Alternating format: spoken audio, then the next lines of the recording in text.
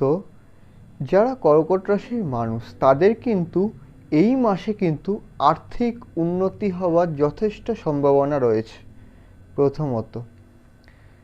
দ্বিতীয়ত, যদি এরকম আপনারা দেখেন যে পিতার সাথে আপনার বোঝাপড়ার একটু অভাব দেখা যাচ্ছে, সেটা কিন্তু এই আগস্ট মাসে শুরুর দিকে হবে। অর্থাৎ প্রথম 15 দিনের ভেতরে পিতার সাথে মানসিক বোঝাপড়ার অভাব লক্ষ্য করা যেতে পারে, কিন্তু তারপর ঠিক হয়ে যাবে। সেকেন্ড হাফে এটা কিন্তু ঠিক হয়ে যাবে। 3 নম্বর, যারা কর্কট রাশির জাতক এবং জাতিকা হতে পারে তাদের হঠাৎ কোনো অর্থ প্রাপ্তি হলো।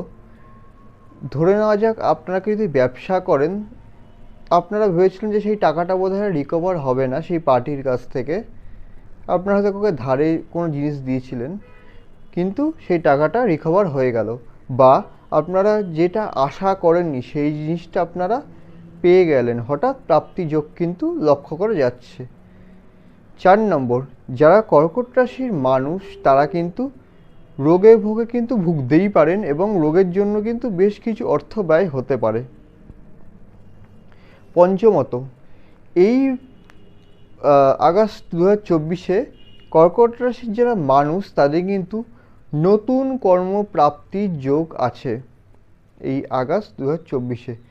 ষষ্ঠত, আপনাদের এই মাসে আগস্ট 2024-এ যারা কর্কট রাশির জাতক এবং জাতিকা তাদের স্পাউসের সাথে কিন্তু বোঝাপড়ার অভাব দেখা দিতেই পারে।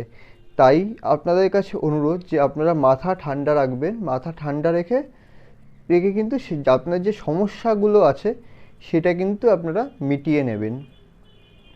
সপ্তমত, কর্কট রাশির যারা মানুষ তাদের কিন্তু উদ্যমে কিন্তু অভাব দেখা দিতে পারে এই মাসে। উদ্যম মানে হঠাৎ ধরুন আপনাদের কাজে যেতে ইচ্ছা করছে না হঠাৎ কোনো দিন, বা একটা কাজ ধরুন করা অত্যন্ত জরুরি কিন্তু কেন জানি না আপনাদের সেই কাজটা করতে ইচ্ছা করছে না।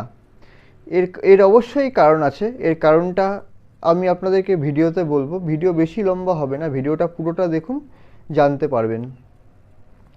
এছাড়া কর্কট রাশির যারা জাতক বা জাতিকা তাদের কিন্তু ব্যবসা আপনারা যারা করছেন আপনাদের পার্টনারের সাথে কিন্তু বোঝাপড়ার অভাব দেখা দিতেই পারে। তাছাড়া এই মাসে ঈশ্বরের প্রতি অনীহা, অর্থাৎ পুজো আচ্ছা আপনারা অনেক মানুষ আছে যারা পুজো আচ্ছা ভালোবাসে, কিন্তু এই মাসে হঠাৎ কেন সেই পুজো আচ্ছা ঠিক মন বসছে না, এটা কিন্তু লক্ষ্য করা যেতেই পারে। হ্যাঁ, যেটা গুরুত্বপূর্ণ বিষয় সেটা হচ্ছে যে কর্কট রাশির ওপর শনির এই মুহূর্তে ঢাইয়া চলছে।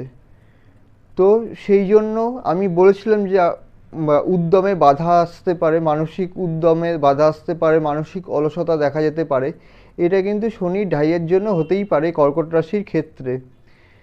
হ্যাঁ, আরেকটা বিষয় হলো জন্মছক ভেদে ফলের ডিফারেন্স কিন্তু হতেই পারে। তার কারণ সবার জন্মছক তো একরকম হয় না। আমি যেটা বললাম এটা একটা সামগ্রিক বিষয়। কেমন?